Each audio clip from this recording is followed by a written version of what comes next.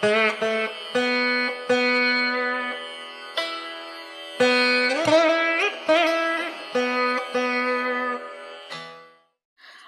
నమస్కారం అండి. స్తోత్రమాలిక ఛానల్కి స్వాగతం అండి. ఇవాళ నేను శ్రీ గురు చరిత్ర 15వ పార్ట్ చదువుతున్నానండి. 31వ అధ్యాయం. ఓకేనా అండి? అందరూ చక్కగా వినండి. మీకు నచ్చితే మాత్రం తప్పకుండా ఒక లైక్ ఇవ్వండి, మీ ఫ్రెండ్స్కి షేర్ చేయండి, నా ఛానల్ని మీరు సబ్స్క్రైబ్ చేసుకోండి. నాది స్తోత్రమాలిక ఛానల్ అండి. ఓకేనండి. ఇందులో దేవుడి పాటలు, స్తోత్రాలు చాలా చదివానండి, అన్ని చక్కగా వినగలరు. ఓకేనండి. అందరికీ నమస్తే అండి. శ్రీ గణేశాయ నమః, శ్రీ సరస్వత్యై నమః, శ్రీ గురుభ్యో నమః. ఆ తర్వాత సిద్ధయోగి నామధారకునితో ఇలా చెప్పారు. ఆ యోగీశ్వరుడు సావిత్రితో ఇలా అన్నాడు. సాధ్వి, స్త్రీలు ఆచరించవలసిన ధర్మం చెబుతాను విను. పూర్వం కాశీలో అగస్త్య మహర్షి, ఆయన భార్య లోపాముద్ర నివసిస్తుండేవారు. ఆ మహర్షి తపస్సుకు, ఆమె పాతివ్రత్యానికి మెచ్చి వింధ్యాచలుడు వారికి గొడుగు వలె నిలిచి ఉండేవాడు. ఒకనాడు త్రిలోక సంచారి అయిన నారదుడు వింధ్యునితో, ఓ పర్వతరాజా, నీకు సాటి అయిన పర్వతం ఇంకొకటి లేదు. అయితేనేమి, నీవు మేరువుతో మాత్రం సమానం కాలేదు అన్నాడు. అప్పుడు రోషంతో విద్యాచలుడు మేరు పర్వతాన్ని మించిపోవాలని పెరగసాగాడు. అందువలన ఆ పర్వతానికి దక్షిణంగా ఉన్న ప్రాంతమంతా చీకటిమయమైంది. సూర్యదర్శనం అవనందువలన ఆ ప్రాంతంలోని ప్రజల నిత్య కర్మాచరణ తారుమారైంది. అప్పుడు ఋషులు ఇలా విషయమై మొరబెట్టుకోగా అతడు బ్రహ్మకు ఆ విషయం విన్నవించాడు. బ్రహ్మదేవుడు కాశీలో అగస్త్యుడకు బ్రహ్మవేత్త అయిన సద్గురువును ప్రార్థించి వారు దక్షిణ దేశానికి వెళ్లేలా చేయి అని ఉపాయం చెప్పాడు. అప్పుడు ఇంద్రుడు దేవతలందరితో కలిసి ఆ ఋషి దంపతులను దర్శించి పూజించారు. అప్పుడు మహాపతివ్రత అయిన లోపాముద్రను కీర్తిస్తూ ఆమె మహిమకు కారణమైన పతివ్రత ధర్మాలను దేవగురుడైన బృహస్పతి ఇలా చెప్పాడు. స్త్రీలు ఎల్లప్పుడూ తమ పతిని శ్రీహరిగా భావించి సేవ చేయాలి. విసుగన్నది లేకుండా అతిథులను ఆదరించాలి. భర్త అనుమతి లేకుండా ఏ దానము చేయకూడదు. సాధ్యమైనంత వరకు పొరుగిళ్లకు పోకుండా తప్పనిసరి అయినప్పుడు తల ఉంచుకుని వెళ్ళాలి. దుశ్శీలులైన స్త్రీలతో స్నేహం చేయకూడదు. ఉత్సవాలకని యాత్రలకని ఒంటరిగా వెళ్ళకూడదు. భర్త ఇంట్లో లేనప్పుడు స్త్రీ అలంకరించుకోకూడదు. గ్రామాంతరం వెళ్లిన భర్త తిరిగి రాగానే సంతోషంతో ఎదురేగి భక్తితో కాళ్ళు కడిగి తుడిచి విసనకరతో వీచి వేద చేర్చాలి. తర్వాత ఆయనకు అలసట తీరే వరకు కాళ్లు పిసికి తర్వాత స్నానం చేయించి ఆయన పాదతీర్థం తీసుకొని నమస్కరించాలి.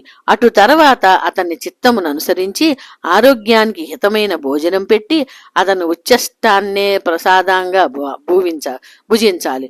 అటు తర్వాతనే తాను అలంకరించుకొని ఆయనను సంతోష పెట్టాలి. భర్తను నిద్రపుచ్చిన తర్వాతనే ఆమె నిద్రపోవాలి.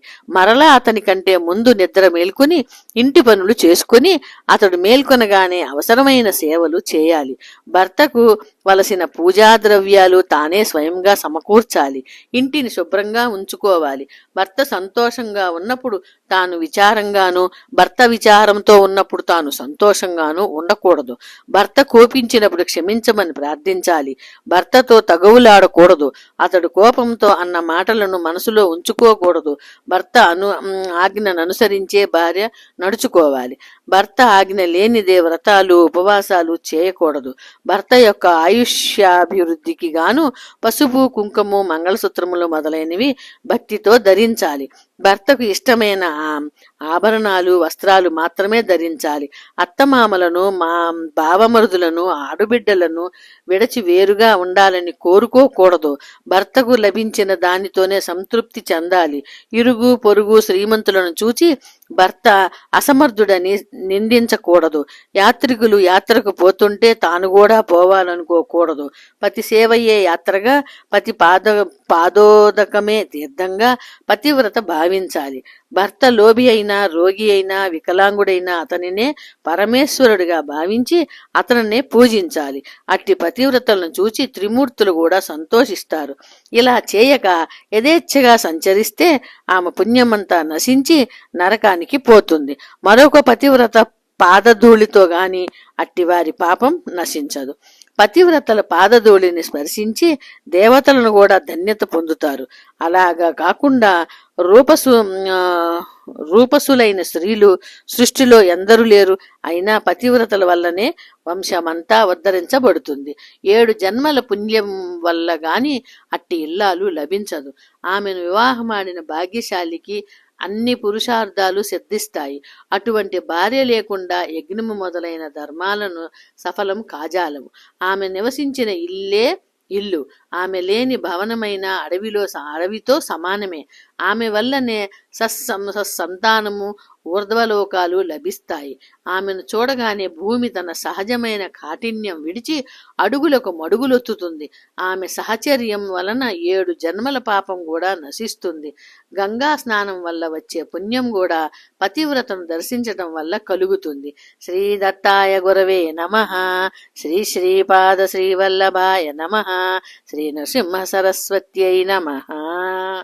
శ్రీ గురు చరిత్ర అధ్యాయం 32 అండి. శ్రీ గణేశాయ నమః. శ్రీ సరస్వత్యై నమః. శ్రీ గురుభ్యో నమః. బృహస్పతి ఉపదేశించిన స్త్రీ ధర్మాలను సిద్ధయోగి ఇంకా ఎలా వివరించారు. బృహస్పతి ఇంకా ఎలా చెప్పాడు. దేవతలారా, సతులకు భర్త మరణించినప్పుడు భర్తతో సహగమనం చేయడం ఉత్తమం. కానీ భర్త దూరదేశంలో ఉన్నా, ఆమె గర్భవతి అయినా, లేక ఆమెకు పాలు త్రాగే బిడ్డలు ఉన్నా అప్పుడు మాత్రం సహగమనం చేయకూడదు. అటువంటి స్త్రీ యావజ్జీవితము విధవా ధర్మాలు పాటించినా కూడా ఆమెకు నిస్సందేహంగా అలాంటి ఫలితమే వస్తుంది. విధవ ధర్మాలు కూడా ఎంతో పుణ్యప్రదమైనవి. ఆమెకు జుట్టు తీయించుకోవడం ప్రధాన కర్తవ్యం. లేకుంటే ఆమె జుట్టు అనే తాడుతో భర్తను కట్టివేసిన దోషం వస్తుంది. గతించిన భర్త కూడా పతితుడు అవుతాడు. అప్పటి నుండి ఆమె నిత్యము తలస్నానము, ఒక్కపూట భోజనము చేస్తుండాలి. అది కూడా స్వల్పంగా తింటే మరింత శ్రేష్టం. ప్రాణాలు నిలుపుకోవడానికి ఎంత అవసరమో అంత మాత్రమే తినాలి. 3 రోజులకో, వారానికో, లేక పక్షానికో ఒకసారి చొప్పున యథాశక్తి ఉపవసించటం కానీ, లేకుంటే చాంద్రాయణ వ్రతం ఆచరించటం గాని ఎంతో శ్రేయస్కరం. పాడ్యమి నాడు 1 ముద్దతో ప్రారంభించి శుక్లపక్షంలో తిథికి 1 ముద్ద చొప్పున పెంచుకుంటూ వచ్చి పౌర్ణమి నాటికి 15 ముద్దలు తినటం, అటు తర్వాత చంద్రకళను అనుసరించి మరలా తగ్గించుకుంటూ రావటమే చాంద్రాయణ వ్రతము అంటారు. ముసలితనం వల్ల గాని, ఆరోగ్యం వల్ల గాని ఇలా చేయలేని వారు 2 పూటల పాలో పండ్లో యావజ్జీవితము సేవించవచ్చు. మంచం మీద నిద్రించిన విధవ పతితో కలిసి నరకానికి పోతుంది కనుక క్రిందనే పడుకోవడం ఆమె ధర్మం. తనకున్న మంచము, పరుపు పేదలకు దానమిచ్చేయాలి. రంగు చీరలు ధరించక తెల్ల వస్త్రం మాత్రమే ధరించాలి. భర్తకు ప్రియమైన వస్తువులను సద్బ్రాహ్మణులకు దానమియ్యాలి. అభ్యంగనం తలంటి సుగంధములు, పూలు, అలంకారాలు, తాంబూలములు ఆమె పరిత్యజించాలి. పితృయజ్ఞం చేయడానికి మగబిడ్డ లేనప్పుడు ఆమెయే నిత్యము తన భర్త గోత్రాదు చెప్పి అతని ప్రీతి కొరకు తర్పణం చేయాలి. అప్పుడు తన భర్త విష్ణుదేవుని రూపంగా ఉన్నాడని తలచి పూజించి, ఆమెకు కొడుకు ఉన్నప్పుడు అతని అనుమతి తీసుకుని మాత్రమే ఇవన్నీ చెయ్యాలి.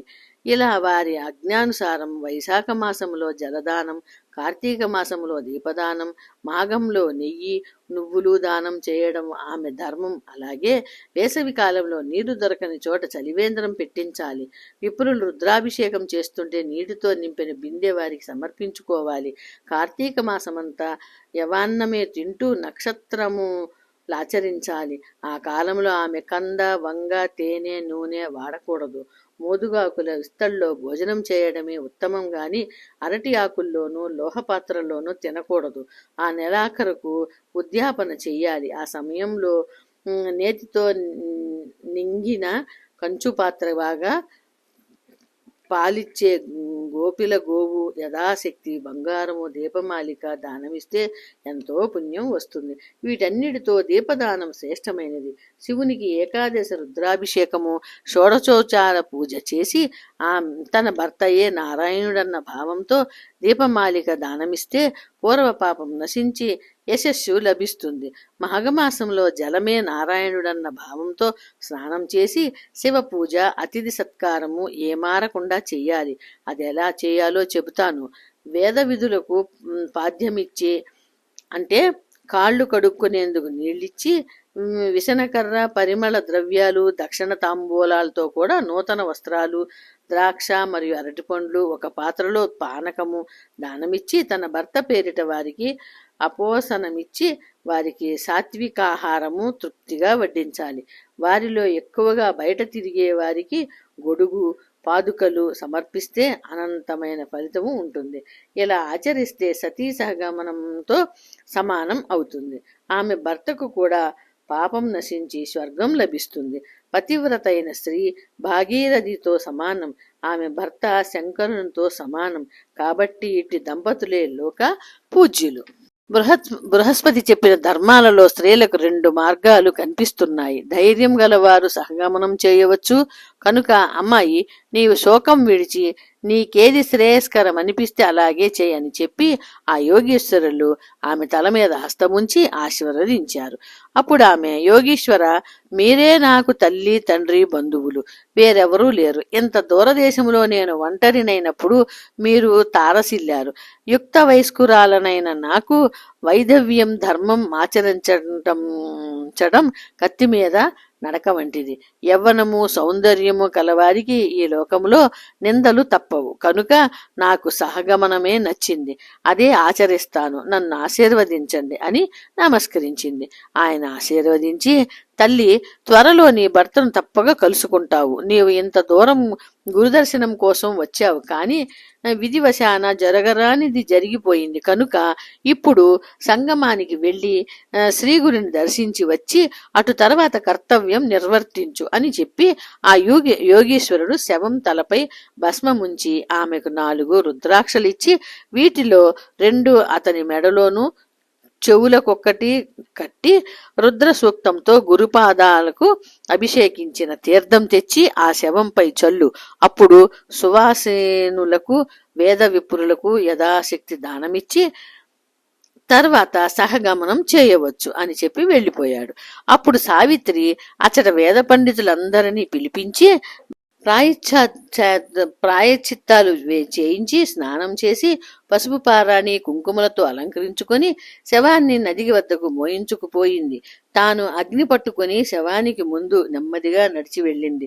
మహాసౌందర్యవతేని ఆమె అంతా చిన్న వయసులో మహాలక్ష్మిలా అలంకరించుకుని సహగమనం చేసుకోవడానికి వెళ్తోందని తెలిసి గ్రామంలోని స్త్రీలు పురుషులు ఆమెకు చూడ్డానికి కొన్ని వేల మంది వచ్చారు.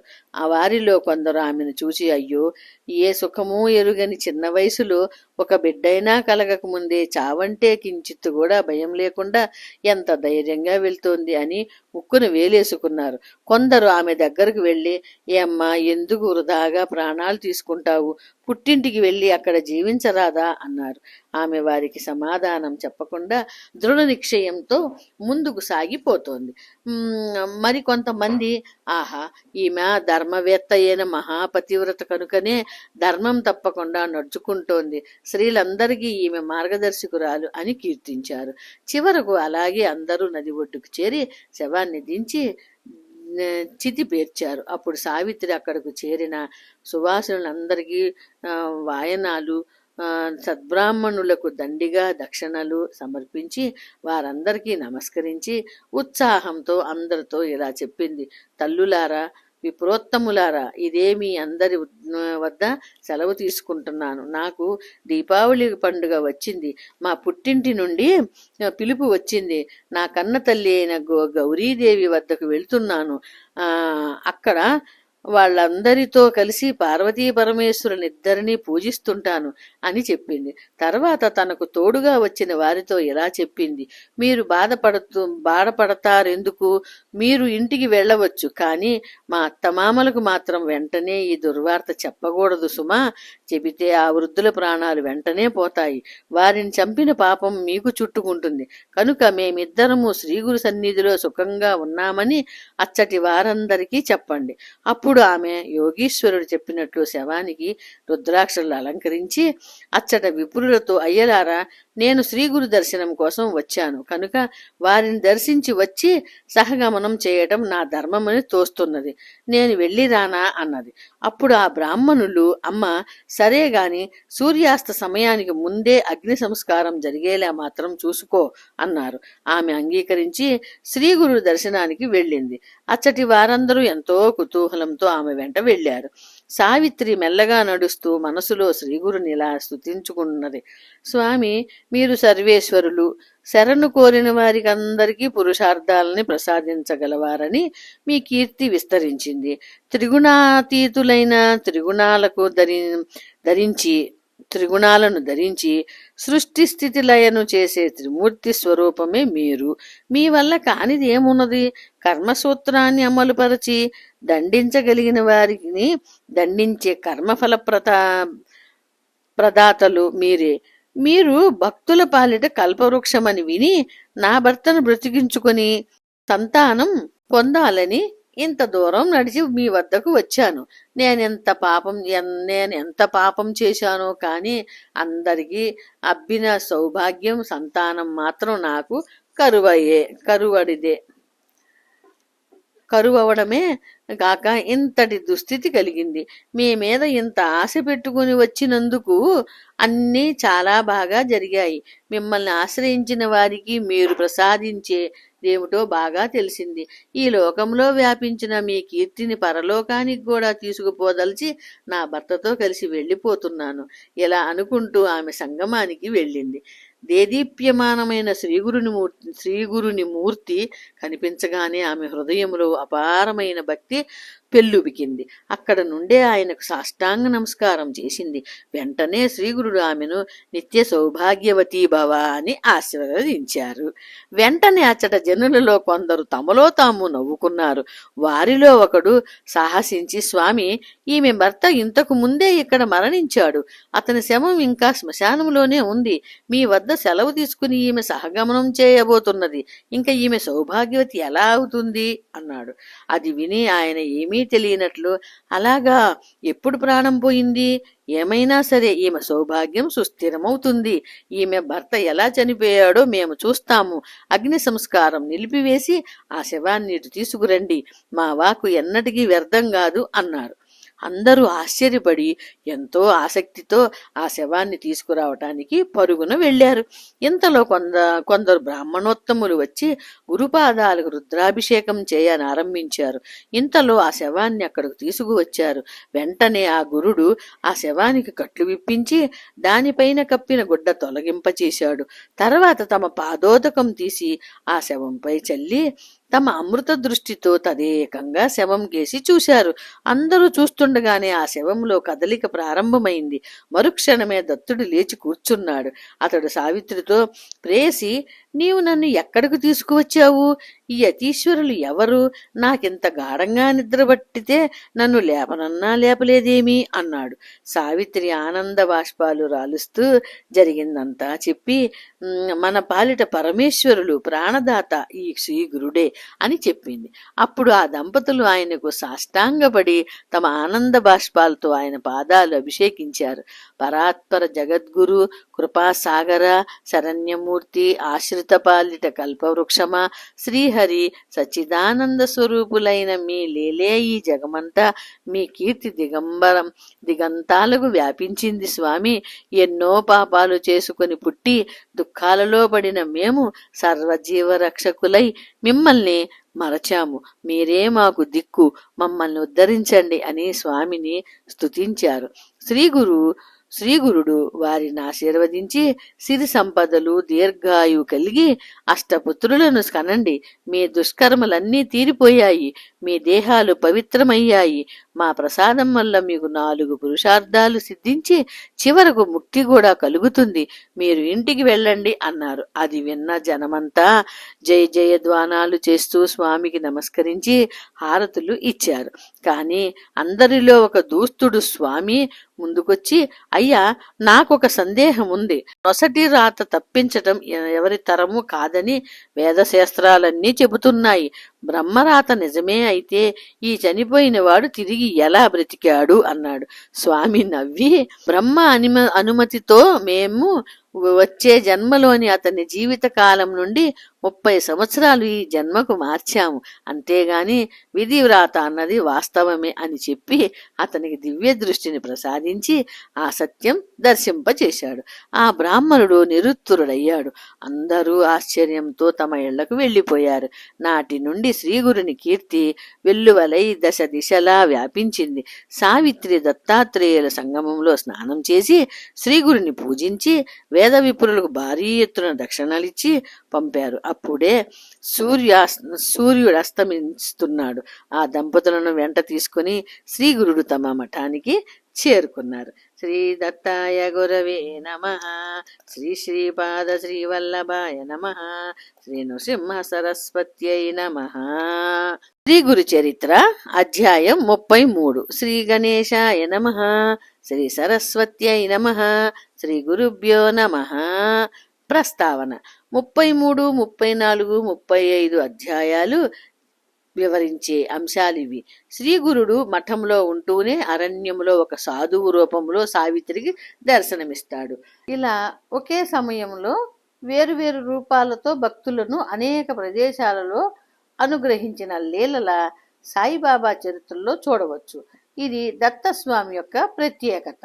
అందుకే ఆయన కాశీలో స్నాన జపాలు, మహురూపురంలో నిద్ర, కొల్హాపురంలో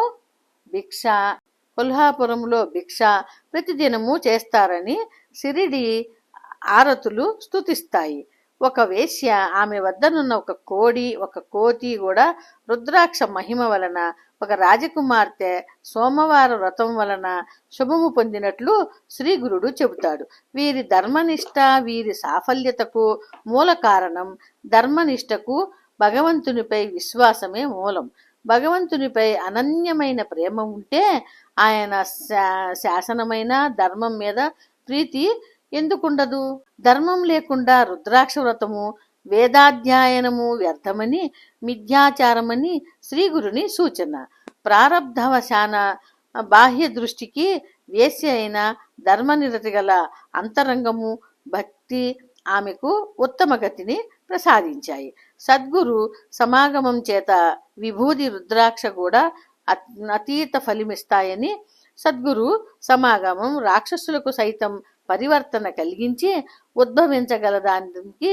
ఉద్భవించగలదనడానికి రాజు పరాశర మహర్షి బ్రహ్మ రాక్షసుడు వామదేవ మహర్షిని ఆశ్రయించిన కథలు తెలుపుతాయి.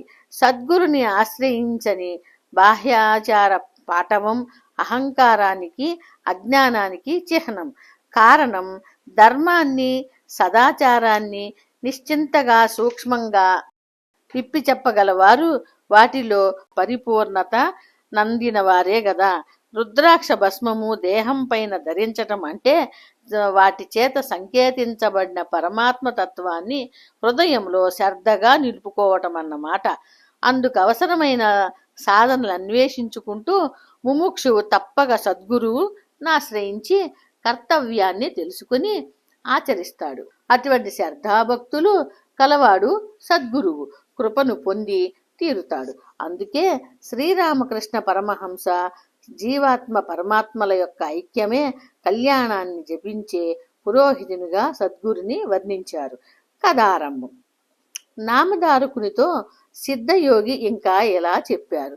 దత్తుడు సావిత్రి ఆ రోజు అక్కడే నిద్ర చేసి మరుసటి రోజు తెల్లవారుజామునే స్నానం చేసుకుని శ్రీగురిని దర్శించారు.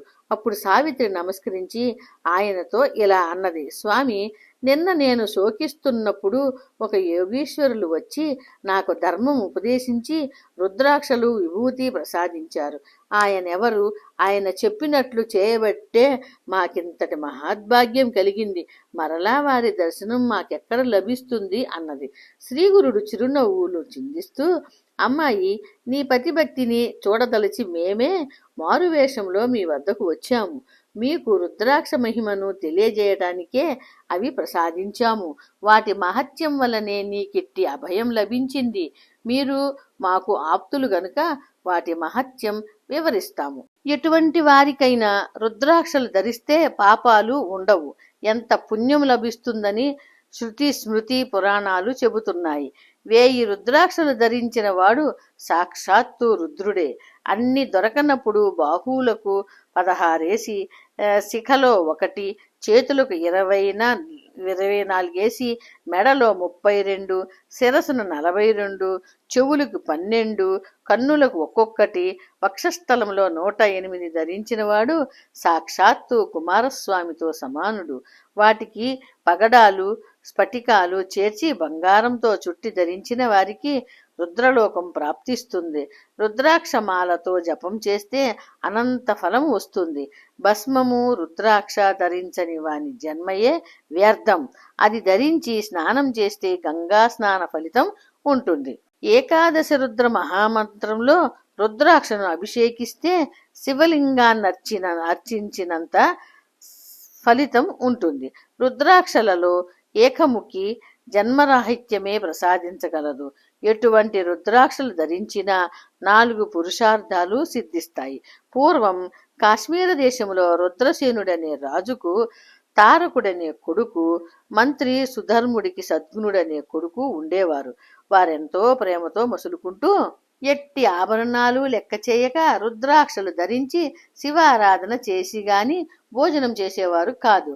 ఒకనాడు పరాశర మహర్షి రాగా భద్రసేనుడు ఆయనను పూజించి ఆ బిడ్డలిద్దరి విచిత్ర వైఖరికి కారణమేమీ చెప్పమని ప్రార్థించాడు. ఆ ముని, రాజా, వెనుక నందిగ్రామంలో మహాసౌందర్యవతి శ్రీమంతురాలు అయిన మహానంద అనే వేశ్య ఉండేది. ఆమె గుణవంతురాలు, స్వేచ్ఛాచారిణిగా జీవించగా పెద్దల వలన సకల ధర్మాలు తెలుసుకుని దాన ధర్మాలు చేస్తూ జీవిస్తుండేది. ఆమె నిత్యము అలంకరించుకుని తన ఇంటనున్న మండపములో నృత్యం చేసేది. ఆ మండపములో ఒక కోడిని, ఒక కోతిని పెంచుతూ ఉండేది. వాటిని ఆమె వినోదం కోసం రుద్రాక్షలతో అలంకరించేది. ఒకనాడు మహాధనికుడు, శివవ్రత దీక్షుడు అయిన ఒక వైశ్యుడు ఆమె ఇంటికి వచ్చాడు. అతని వంటి మీద విభూతి, చేతులకు రత్న కంకణాలు, అతని చేతిలో సూర్యునిలా వెలిగిపోతున్న రత్నలింగము ఉన్నాయి. దానిని చూసి ఆ వేశ్య ఆశపడి తన సఖి చేత కబురు పంపింది. అతడు ఆ మండపంలో కూర్చుని మహాసౌందర్యవతి అయిన ఆ వేశ్య తనను సంతోషపెట్టగలిగితే ఆ లింగము ఇస్తానన్నాడు. ఆ వేశ్య అందుకు సంతోషించి 3 రోజులు పతివ్రత ధర్మమనుసరించి అతన్ని సేవించగలనని తన సఖి చేత చెప్పించింది. ఆ వైశ్యుడు ఆ మాట విని నవ్వి, కులస్త్రీకి వలె వేశ్యకు అది ఎలా సాధ్యం అని విమర్శించాడు. అప్పుడు ఆ వేశ్య, నా విషయంలో మీకెట్టి సందేహము అక్కరలేదు. నేను త్రికరణ శుద్ధిగా ఆ 3 రోజులు పాతివ్రత్యం అవలంబించగలను అని చెప్పి ఆ లింగంపై చేయి వేసి సూర్యచంద్రుల సాక్షిగా ప్రమాణం చేసింది. ఆ వైశ్యుడు ఆ లింగం ఆమె చేతికిచ్చి, ప్రేయసి, ఇది నాకు ప్రాణంతో సమానం. దీనికి ఏమైనా అయితే నేను ఉరిపోసుకుంటాను అన్నాడు. ఆమె దాన్ని ఎంతో శ్రద్ధగా పూజించింది. ఆ ఇద్దరూ కలిసి ఆ రాత్రికి అంతఃపురంలోకి వెళ్ళాక అదేమి చిత్రమో గాని నాట్య మండపం క్షణంలో భస్మమైపోయింది. ఆ కోతి, కోడి కూడా బుగ్గైపోయాయి. ఇరుగు పొరుగు వారందరూ కలిసి ఆ మంటలను ఆర్పుతున్నారు. తెల్లవారాక అది తెలిసిన వైశ్యుడు, అయ్యో, నా ప్రాణలింగమే పోయింది, నేనింక బ్రతకను అని ఏడుస్తూ అక్కడున్న బూడిదంతా గాలించినా ఆ లింగం దొరకలేదు. అతడు ఒక చితి వెలిగించి ఆ మంటలలో దూకాడు. అతని వెంటనే ఆ వేశ్య నాదా అని కేకలు పెడుతూ వచ్చి తన ధర్మాన్ని అనుసరించి సహగమనం చేయటానికి సిద్ధమైంది. ఆమె బంధువులు ఆమెను వారించి, వేశ్యవైన నీకు ఇదేమి వెర్రి అని ఎన్నో రీతులా చెప్పి వారించారు. కాని ఆమె వారి మాటలేవీ పట్టించుకొనక సూర్యచంద్రుల సాక్షిగా అతనితో పాతివ్రత్యం అవలంబించిన నాకు ఇదే ధర్మం, నేనిప్పుడు సహగమనం చేయకుంటే నాతో పాటు నా 21 తరాల వారు నరకంలో పడతారు. నా ధర్మం నేను పాటిస్తే వారందరూ తరిస్తారు. మరణమన్నది ఎప్పటికైనా తప్పదు కదా. ఇలా హీనంగా బ్రతికే కంటే నా ధర్మం ఆచరించి తరించడం ఎంతో శ్రేష్టం అని చెప్పి అగ్నిలోకి దూకబోయింది. వెంటనే శివుడు సాక్షాత్కరించి, సుందరి, నీ ధర్మగుణాన్ని పరీక్షించదలచి నేనే ఆ వైశ్యుని రూపంలో వచ్చాను. నీకిచ్చినది నా ఆత్మలింగమే. ఈ మంటపానికి నేనే నిప్పు పెట్టి నీ పాతివ్రత్య గుణాన్ని పరీక్షించాను. నీ ఇష్టం వచ్చిన వరం కోరుకో అన్నాడు. ఆమె ఆశ్చర్యపడి భక్తితో నమస్కరించి, స్వామి, నాకీ ముల్లోకాలలో ఎట్టి భోగము అక్కర్లేదు. నాకీ సంసార బంధం తొలగించి శాశ్వతమైన శివ సాయుధ్యం ప్రసాదించు అని ప్రార్థించింది. శివుడు సంతోషించి ఆమెను వెంటనే కైలాసానికి తీసుకుపోయాడు. ఆనాడు నాట్య మండపంలో అగ్నిలో పడి మరణించిన ఆ కోతి ఈ బిడ్డలుగా జన్మించారు. పూర్వజన సంస్కారం వలన శివభక్తులై భస్మము రుద్రాక్షలు ఎంత ప్రీతితో ధరిస్తున్నారు. వీరి పుణ్యము చెప్పనలవి కానిది కనుక ఓ సాధ్వి, రుద్రాక్ష ఎంత మహిమ గలది అని శ్రీగురుడు చెప్పాడు. శ్రీ దత్తాయ గురవే నమః. శ్రీ శ్రీపాద శ్రీవల్లభాయ నమః. శ్రీ నృసింహ సరస్వత్యై నమః. శ్రీ గురు చరిత్ర అధ్యాయం 34. శ్రీ గణేశాయ నమః. శ్రీ సరస్వత్యై నమః. శ్రీ గురుభ్యో నమః. సిద్ధయోగి అటుపై శ్రీగురుడు చెప్పిన కథ ఎలా కొనసాగించారు. ఆ రాజు పరాశర మహర్షికి నమస్కరించి, స్వామి, ఈ బిడ్డలు పూర్వజన్మలో రుద్రాక్ష మహిమ తెలియకుండానే వాటిని ధరించినా ఇలా రాజపుత్రులుగా జన్మించారు కదా. ఇప్పుడు వాటిని ఇంత శ్రద్ధాభక్తులతో ధరిస్తున్నందుకు ఫలితం ఎలా ఉండబోతుంది అని అడిగాడు.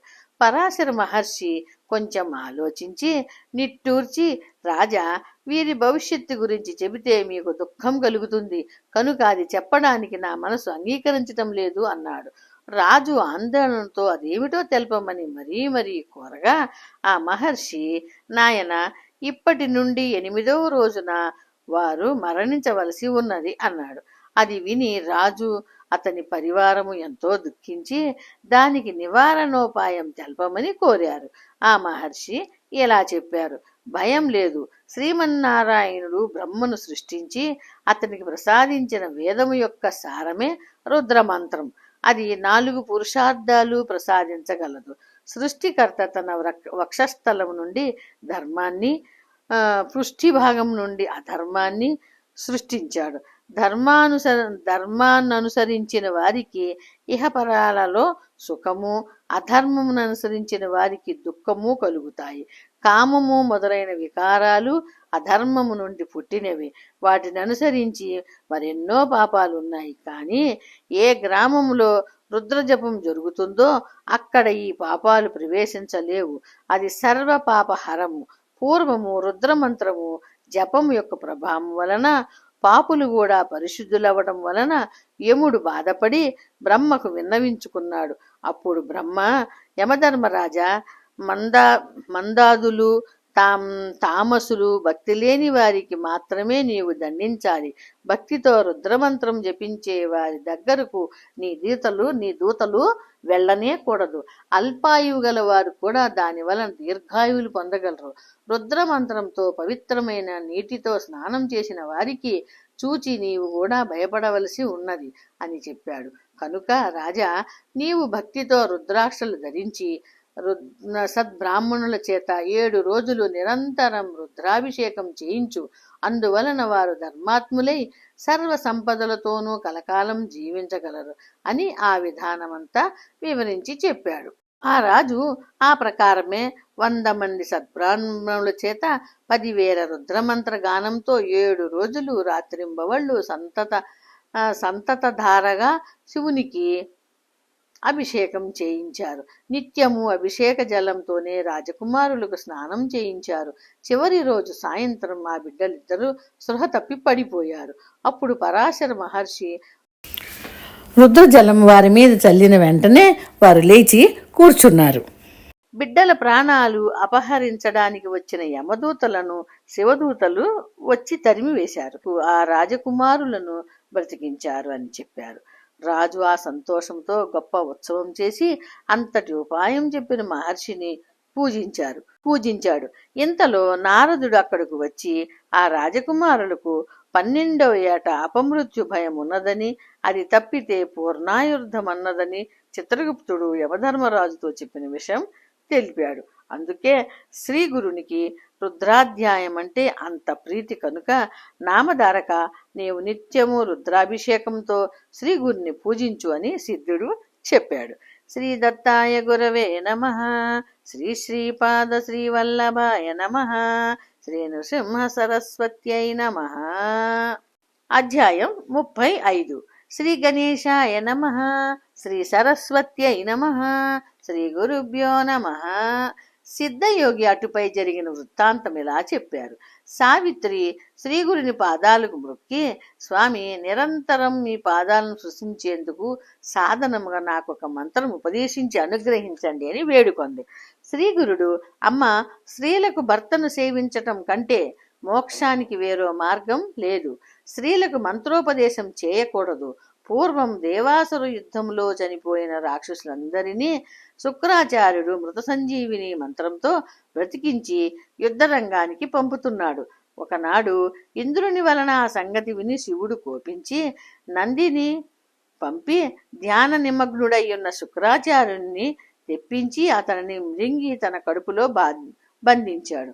ఒకనాడు శివుడు ఏమారినప్పుడు శుక్రుడు ఆయన మూత్రంతో పాటు బయటకొచ్చి మరలా యుద్ధంలో చనిపోయిన రాక్షసులను బ్రతికించసాగాడు. ఏ మంత్రమైనా స్త్రీకి ఉపదేశమిస్తే నిర్వీర్యమవుతుందని, అందులో మృత సంజీవిని మాత్రం 3వ వాడికి ఉపదేశించగానే మృతమైపోతుందన్న విషయం స్మరించి శివుడు బృహస్పతిని పిలిచి అతనికి ఒక ఉపాయం చెప్పాడు. బృహస్పతి తన కుమారుడైన కచుని అందుకు నియమించాడు. కచుడు వెళ్లి శుక్రాచార్యునికి సాష్టాంగ నమస్కారం చేసి, అయ్యా, నేను ఒక విప్రకుమారుడను. అపారమైన మీ యశస్సు విని విద్యార్థిని మీ వద్దకు వచ్చాను. నన్ను స్వీకరించండి అన్నాడు. శుక్రుని కుమార్తె దేవయాని అతన్ని చూసి మోహించి తన తండ్రిని అందుకు ఒప్పించింది. కానీ రాక్షసులు కొద్ది కాలానికి కచుల శత్రుపక్షం వాడని తెలుసుకున్నారు. కానీ శుక్రాచార్యునికి సాహసించలేదు.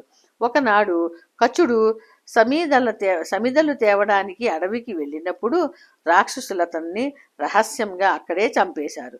దేవయాని మొరబెట్టుకొనగా శుక్రుడు తన దివ్య దృష్టితో తెలుసుకున్న మృత సంజీవిని మంత్రంతో అతన్ని తిరిగి బ్రతికించాడు. రాక్షసులు మరొక్కసారి అతన్ని చంపి దహనం చేసి ఆ బూడిద నలుదిక్కులకు విరజిమ్మేశారు. కానీ శుక్రుడు మళ్ళీ అతన్ని బ్రతికించాడు. రాక్షసులు అతన్ని మళ్లీ చంపి భస్మం చేసి నీటిలో కలిపి శుక్రుని చేత త్రాగించారు.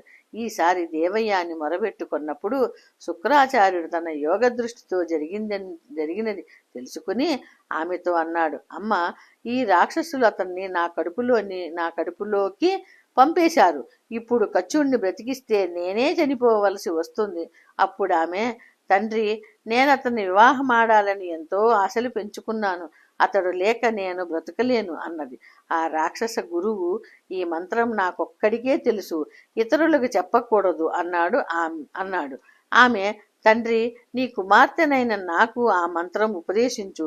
కచును బతికి బయటకు రాగానే మరలా నిన్ను కూడా బ్రతికిస్తాను అన్నది. అమ్మ, స్త్రీలకు మంత్రజపం తగదు. వారికి భర్త సేవయే విధించబడింది. స్త్రీకి ఉపదేశించిన మంత్రం శక్తిహీనమవుతుంది అన్నాడు. శుక్రుడు, దేవయాని అలిగి, అలా అయితే మీరు మీ మంత్రంతో సుఖంగా ఉండండి. కచుడిని విడిచి జీవించలేని నేనే మరణిస్తాను అని చెప్పి మూర్ఛపోయింది. వేరు దారి లేక ఆమెపై వాత్సల్యంతో శుక్రాచార్యుడు ఆమెను మేల్కొలిపి మంత్రం ఉపదేశించి తర్వాత ఆ మంత్రంతో కచుడిని బ్రతికించాడు.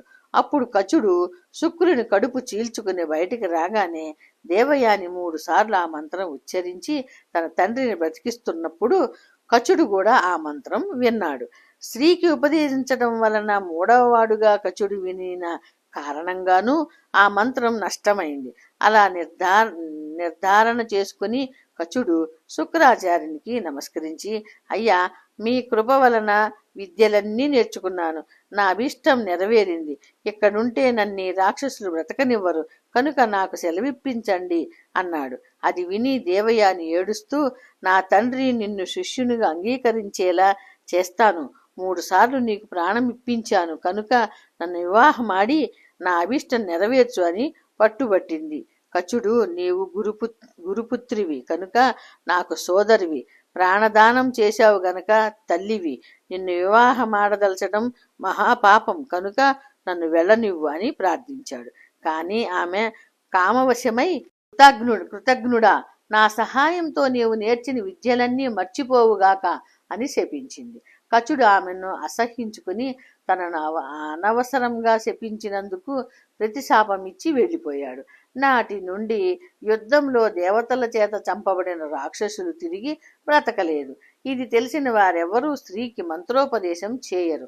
కనుక సావిత్రి, నీకేదైనా వ్రతం చెబుతాను, చేసుకో అన్నాడు. సావిత్రి స్వామికి నమస్కరించి, స్వామి, మీ పాదసేవకు మించిన వ్రతమేమున్నది? అయినప్పటికీ మీ ఆదేశమే నాకు వేదవాక్కు. మీకు నచ్చిన వ్రతం సెలవివ్వండి అన్నది.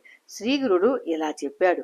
అందరూ ఆచరించుకోవడానికి అనువైనది ఉత్తమమైన సోమవార వ్రతం. దానికి వెనుక సూత మహర్షి శౌనకాది మునులకు ఉపదేశించాడు. సోమవారం నాడు రాత్రి మాత్రమే భోజనం చేస్తూ ఇంద్రియ నిగ్రహంతో ఉండాలి. ఈ వ్రత మహిమ తెలిపే అతిహ్యము ఒకటి చెబుతాను. ఆర్యావర్తంలో చిత్రవర్మ అనే రాజు తన ప్రజలను ఎంతో ధర్మంగా పాలిస్తుండేవాడు. అతడు సంతానం కోసం శివుని పూజించగా ఆయన వరం వల్ల ఒక కుమార్తె జన్మించింది. ఆమెకు సీమంతిని అని పేరు పెట్టుకున్నాడు. దైవజ్ఞులు ఆమె జాతకం చూచి ఆమె చిరకాలం సుమంగలిగా సుఖంగా జీవించగలదని చెప్పారు. కానీ కొంతకాలానికి ఒక జ్యోతిష్కుడు ఆమె చేయి చూచి 14వ ఏట ఆమె భర్త మరణిస్తాడని చెప్పాడు. ఆమె వివాహం ప్రసక్తి వచ్చినప్పుడల్లా తల్లిదండ్రులు పడుతున్న మనోవేదన గుర్తించి శ్రీమంతిని ఒకనాడు యజ్ఞవల్క్య మహర్షి భార్య మహాపతివ్రతైన మైత్రేయిని దర్శించి నమస్కరించి తన దురదృష్టానికి నివారణ తెలపమని ప్రార్థించింది. అప్పుడు మైత్రేయి, అమ్మాయి, ప్రతి సోమవారము భక్తితో శివపార్వతులను పూజించు. అభిషేకం వలన పాపం నశిస్తుంది. పీఠాన్ని సమర్పించినందువలన సామ్రాజ్యము, గంధ పుష్పాచితలు సమర్పించినందువల్ల సౌభాగ్యము, ధూపమర్పించినందువల్ల సౌగంధ్యము, దీపదానం వలన కాంతిమత్వము, నైవేద్యము వలన సకల భోగాలు, తాంబూల సమర్పణ వలన 4 పురుషార్థాలు చేకూరుతాయి. జపం వలన అష్టైశ్వర్యాలు, హోమం చేసినందువల్ల సిరి సంపదలు, స్తోత్రం వలన బహుముఖమైన సమృద్ధి, విప్రులకు భోజనం పెట్టడం వలన సర్వదేవతా సంతృప్తి కలుగుతాయి. కనుక ఆ రీతిన ఈ వ్రతం ఆచరించు అని చెప్పింది. సీమంతిని ఆమెకు నమస్కరించి ఇంటికి వచ్చి ఎంతో శ్రద్ధతో ఆ వ్రతం ఆచరించింది. ఆమెకు యుక్త వయస్సు రాగానే ఇంద్రసేన మహీపాలుడి కుమారుడైన చంద్రాంగదుడికిచ్చి వివాహం చేశారు. ఆ దంపతులు ఎంతో అన్యోన్యంగా జీవిస్తుండగా ఒకరోజు ఆ రాజకుమారుడు జలక్రీడకని వెళ్ళి ప్రమాదవశాత్తు కాళింది నదిలో మునిగిపోయాడు. ఎందుకు ఇతగాడు వెతికినా ఎందరూ ఈతగాళ్ళు వెతికినా దొరకలేదు. అది తెలిసి 14 సంవత్సరం నిండిన శ్రీమంతిని ప్రాణత్యాగానికి సిద్ధమైంది. కానీ రాజు ఆమెకు వారించాడు. బంధువులందరూ నది ఒడ్డున చేరి దుఃఖించారు. సీమంతిని తాను వ్రతం ఆచరించినా కూడా తన భర్తను రక్షించనందుకు శివపార్వతులకు మొరబెట్టుకుని సహగమనం చేయటానికి సిద్ధమైంది. అప్పుడు పురోహితులు శవం కనిపించకుండా సహగమనం చేయకూడదు, ఇంతకు అతడు మరణించాడో లేదో ఎలా నిశ్చయించగలము, కనుక నీవు వేచి ఉండాలి అని చెప్పారు. పుత్రశోకంతో ఇంద్రసేనుడు మతిస్థిమితం కోల్పోగానే దాయాదులు అతని రాజ్యం అపహరించి ఆ రాజదంపతులను చెరసాలలో పెట్టారు. చిత్రవర్మ శాస్త్రానుసారం 1 సంవత్సరము వేచి చూచిన తర్వాత తన కుమార్తెకు వైధవ్యం ఇప్పించాలని నిశ్చయించుకొన్నాడు. శ్రీమంతిని మాత్రం అంత దుఃఖములోనూ తదేక దీక్షతో ఆ వ్రతం ఆచరిస్తూనే ఉంది. నీట మునిగి చనిపోయిన చంద్రాంగదుడిని నాగకన్యలు అమృతము పోసి బ్రతికించి పాతాళలోకములో మహోజ్వలమైన పట్టణములో మణులతో వెలిగిపోతున్న పడగలు గల తమ రాజైన తక్షకుని దగ్గరకు తీసుకువెళ్లారు. అతనికి చాంద్రాంగుడు నమస్కరించాడు. తక్షకుడు అతని వృత్తాంతమెరిగి సంతోషించి సకల భోగాలు అనుభవిస్తూ తమ లోకములోనే ఉండిపోమ్మని అతనిని ఆహ్వానించాడు. చంద్రాంగుడు వారి ప్రేమకు సంతోషించి తన తల్లిదండ్రులు తన భార్య తన కోసం దుఃఖిస్తుంటారని, కనుక తాను వెంటనే వెళ్ళిపోవాలని చెప్పాడు.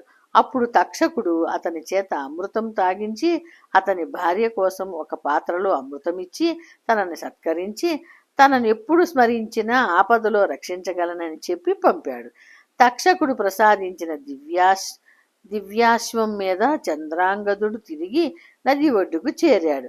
అమృతం త్రాగటం వలన దివ్య వచ్చస్సుతో వెలుగుపోతూ దివ్యాశ్వంపై నీటి నుండి పైకి వచ్చిన చంద్రాంగదుని చూచి సీమంతిని ఆశ్చర్యపోయింది. ఆ రోజు సోమవారం.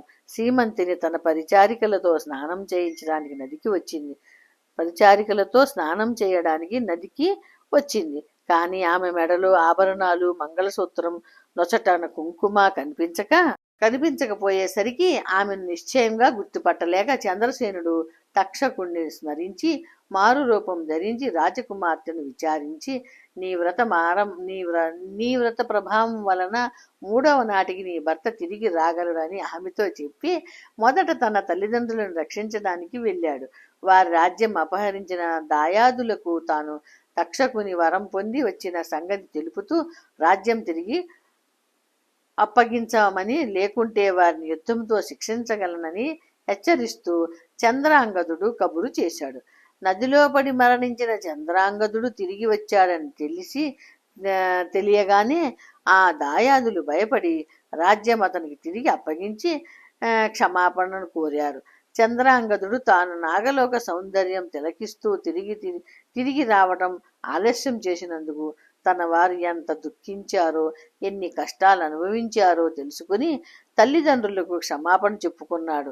తిరిగి తమ కొడుకును రాజ్యాన్ని పొందిన అతని తల్లిదండ్రులు సంతోషించి అదంతా శ్రీమంతిని చేసిన శివారాధనకు ఫలితమేనని గుర్తించి ఆమెను తీసుకుని ఎంతో వైభవంగా చంద్రాంగదుడికి పట్టాభిషేకం చేశారు. శ్రీగురుడు చెప్పినది విని దత్తుడు నమస్కరించి, స్వామి, పరమ పవిత్రము శ్రేయోదాయకము అయిన ఏ పాదసేవ మాకు చాలదా? మీ పాదసేవ మాకు చాలదా? త్రిమూర్తి స్వరూపులైన మీ పాదస్మరణ మాలో నిరంతరం జరిగేలా మమ్ము ఆశీర్వదించరాదా? వేరొక వ్రతం ఎందుకు అన్నాడు. శ్రీగురుడు, ఇది మా ఆజ్ఞ. ఈ వ్రతం చేస్తే గాని మీ సేవ మాకందదు, కనుక ఈ వ్రతం చేసుకోండి అని చెప్పి వారిని ఆశీర్వదించి పంపివేశారు. ఇంతలో తమ పుత్రుడు ఆరోగ్యంతో సుఖంగా గురు సన్నిధిలో ఉన్నాడని తెలిసిన గోడేనాథుడు అతని భార్య వాళ్ళని చూడటానికి అక్కడకు చేరుకున్నారు. వారు శ్రీగురుని దర్శించి జరిగినదంతా తెలుసుకుని 1000 మంది బ్రాహ్మణులకు సమారాధన చేసి కొడుకుకు కోడలను తీసుకుని స్వస్థానం చేరుకున్నారు. సావిత్రి, దత్తాత్రేయులు శ్రీగురుడు చెప్పిన వ్రతం ఆచరించి కాలాంతరంలో పూర్ణాయువులై కొడుకులను కన్నారు. చనిపోయిన ఒక వ్యక్తిని తిరిగి బ్రతికించి శ్రీగురుడు ఒక విధవరాలికి తిరిగి సౌభాగ్యం ప్రసాదించారన్న వార్త నలుదిక్కులకు ప్రాకిపోయింది. శ్రీ దత్తాయ గురవే నమః. శ్రీ శ్రీపాద శ్రీవల్లభాయ నమః. శ్రీ నృసింహ సరస్వత్యై నమః. ఇక్కడతోటి ఈ 15వ నంబర్ పార్టు ఆపుతున్నానండి. మళ్ళీ మనం 16వ నంబర్ పార్ట్లో కలుద్దామండి. అందరికీ నమస్తే అండి.